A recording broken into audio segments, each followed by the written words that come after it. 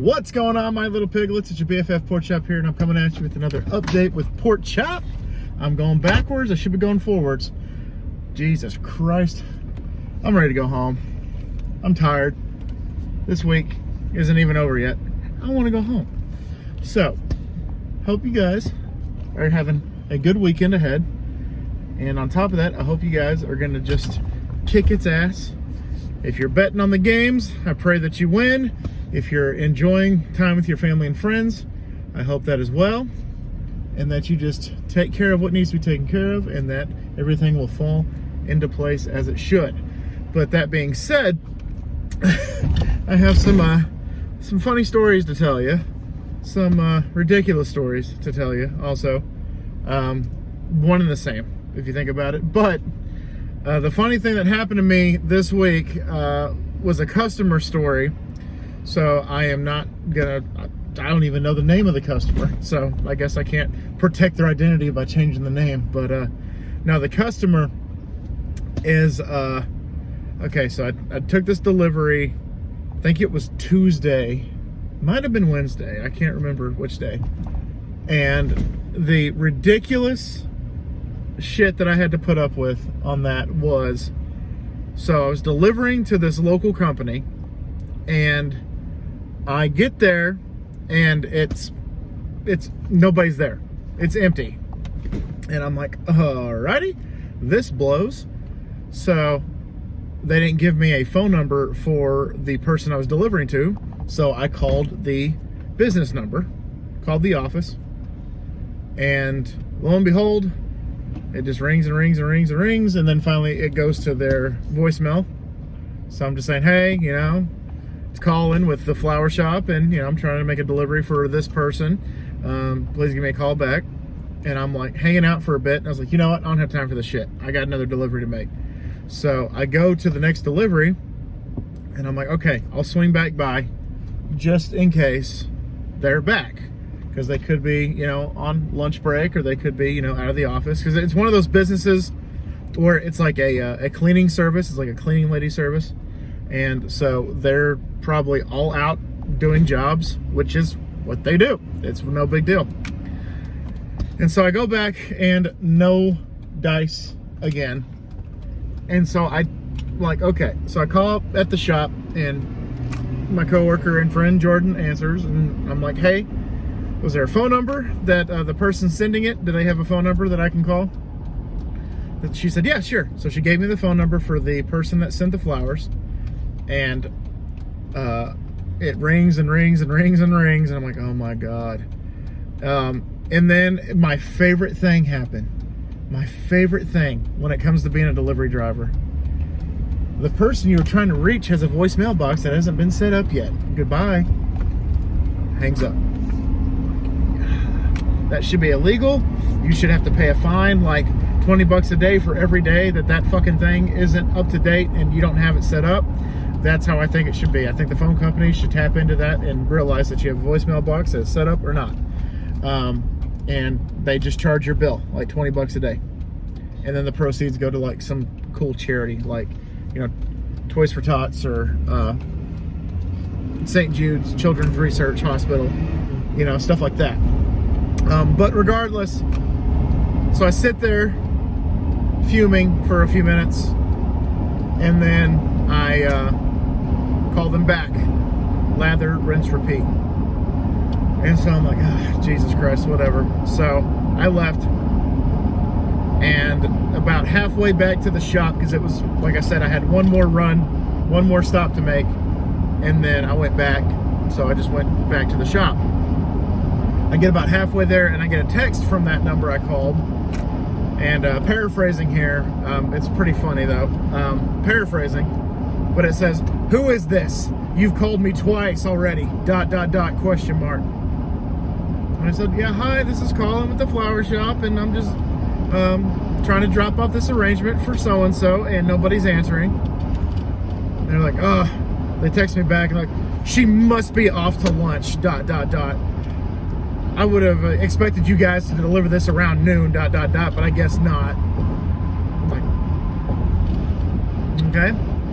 And they said, just leave it in the back on the porch next to the door. For the amount of money that I paid, I thought that I would have better customer service than this, ... I was like, first of all, what's with the ... Kind of their thing, I guess, to show irritation, which I can give two fucks if you're irritated with me or not. And I said, I tried delivering the first time at about 11:40 a.m., which is before noon. And the second time I tried to deliver was actually about 11:55, and I still didn't get an answer. It's like, so I tried delivering twice before noon, but nobody answered. And so, but I will go ahead and leave the arrangement where you told me to leave it.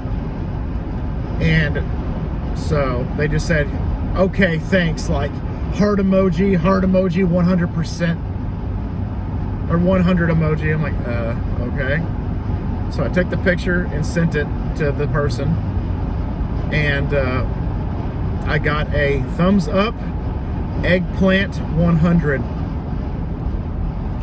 And he said, oh, sorry, I thought I was sending that to my old lady. And I said, it's all good, do you, boo. And then he heart reacted to you do you, boo, and said, you do you, boo, I like that, LOL. And I just sent all laughing emojis.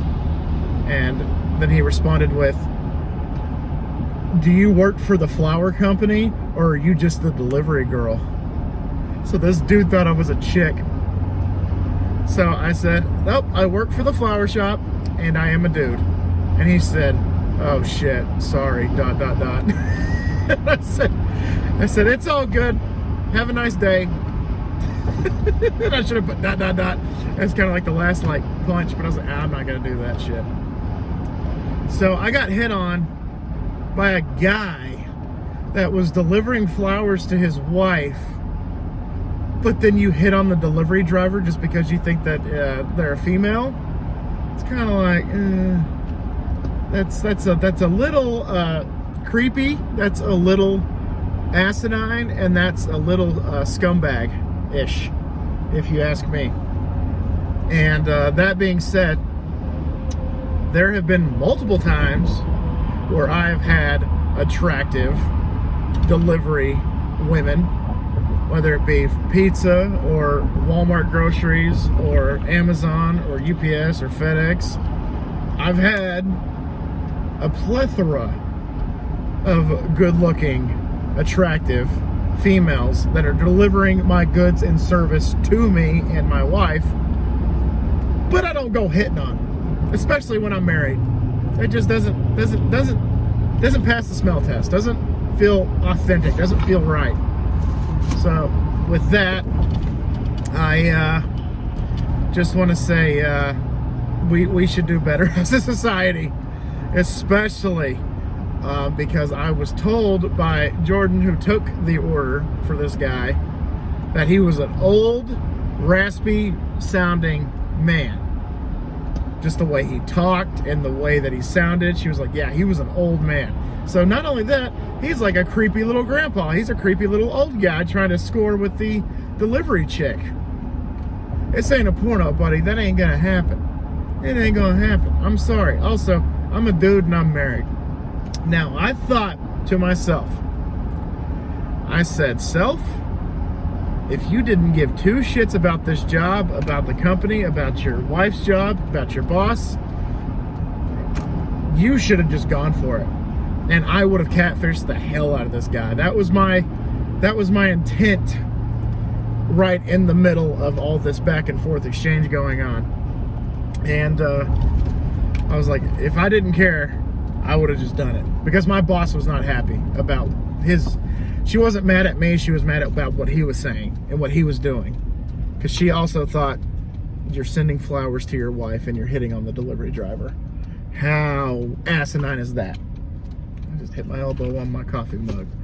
And so it's just, dude, like, just show your work, read the room, don't do scummy shit like that. If I had the number of his wife, as just kind of a big middle finger fuck you to the guy, I would have sent her the texts.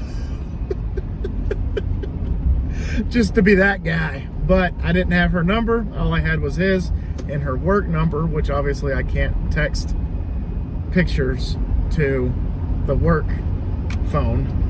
So I was at a loss. But anyway, so yeah, I was gonna catfish the hell out of this guy. There's a previous delivery driver that worked for this company, and I was gonna use her name, and I was gonna find like an old picture off just Google or Facebook or Instagram or something, and like post a picture and be like, this was me last summer, or something like that. Just pick like a a hot chick, random hot chick picture, and then just go to town. But I have my ethics, I have my morals, so I decided to let sleeping dogs lie, and that I wasn't just going to pursue it any further. But I would have done the fuck out of that. I would have had some fun with that. Now, if this were a previous job that I had, I would still be going days later. But I actually care about this job, so therefore I ain't gonna do it. But anyway, so that's the funny story I had for you guys. I also just encountered just a creep. I encountered a really ridiculous individual that I hope gets Lou Gehrig's disease, or if he's old and sounds raspy sounding, and like he has a mouthful of sand and rocks, then yeah, maybe I should just let nature take its course, and he won't last that long afterwards. But anyway, that's all I have to say about that. Also, that being said, just wanted to wish a happy birthday to Brittany, my best friend Tanner's girlfriend. It's her birthday today, and we got to spend a little time with her yesterday. And what she wanted to do is she wanted to go to dinner with me, my father-in-law, my wife, and my vice-wife. And so we went to a place called Tokyo, which is a hibachi kitchen. So it's like where they grill the food right in front of you. So that was interesting. That was cool. Been there multiple times in my life. But the guy cooking the food, I guess, was trying to read the table, was trying to find the person that he can converse with, to shoot the shit with. So he tried my father-in-law, and my father-in-law was like, not having it. The guy was like, "How are you today, sir?" And he's like, "Good." And then I guess he can be like, "Oh, okay, yeah, whatever." And then he starts talking to me, and we just go back and forth, just talking. Somehow it came up that I spoke Spanish. And so he starts talking to me in Spanish, which I know very, very, very, I am below poquito in Spanish. Very, very, very, very limited in my vocabulary. So he starts having a full ass conversation with me, and I just said, "Lo siento, no hablo español." And he just looked at me like, because it was a Hispanic hibachi chef. I was like, that's interesting. That's weird. That's cool. It's like a black Japanese guy. You don't see it very often. They're there, but you don't see it very often. And so he was just conversing with me, going back and forth, and it came up that I was supposed to meet him in the parking lot so I could kick his ass. And so he told me what car he drove, he told me where he parked, and I'm just like, dude, I'm not gonna kick your ass. And then he started cracking jokes at Jess, the vice wife. And when he cracked jokes with her, he was like, "Okay, you can meet me in the back too." And I was like, "Yeah, Jess, we'll tag team, we'll beat the shit out of him." And he thought that was hilarious. And so it was just weird. But anyway, so we went back to Brittany's place, and we did the white elephant exchange white elephant gift exchange. So before I went to dinner, I was selected by my wife, voluntold. If you're a married guy, you know what that word means. To go get the items for the party, for the gift exchange. So I accidentally grabbed 5. I should have grabbed 4, but I grabbed 5. And those items were as so. I got a dinosaur egg. It's like a kind of like sand in the shape of a dinosaur egg, and then they're given a tool and you have to scrape away the sand to get to the dinosaur in the middle, which is like, fuck it, that sounds cool. I got a book called Never Coming Home, which it was like dead wife, dead life or something like that. So it was a story, I guess, about a guy that killed his wife. And my wife just looked at me like, really? I was like, I didn't know what it was about. I just saw it in the clearance aisle and thought, oh, this would be kind of cool. And then I got a painting, a wall art that actually looked kind of cool. So that was actually kind of like the cool thing. And then I got a Frozen coloring book with glitter effects. And of course, Jess had to have that because she loves Frozen. And then I got a 10-pack of white bandanas. And of course, my father-in-law was like, oh, I like this. You know, I'll use the shit out of this. And so that was funny. And then the two gifts that Tanner and Brittany got were body lotion. No, hand soap. 3 different types of hand soap, which were all Christmas themed. And then a gift card to Synergy, which is a place where you can see movies, play arcade games, go bowling, or laser tag. And so that was interesting. Sorry, this guy in front of me is acting kind of weird. And then my wife got a can of baby powder spray and a gift card to Panera Bread. So it was like, I got what she probably wanted and she got what I probably wanted. But that was funny. That's what we did. And then we played the game called Wizard, which is a game that really pisses my wife off because I'm an asshole when I play Wizard. And so she calls me out on it every single time because I'm there for myself. I'm surviving. I'm fighting for my life. I don't give a shit about anybody else when they play that card game. It's like, every man for himself. It's kind of how I feel about it.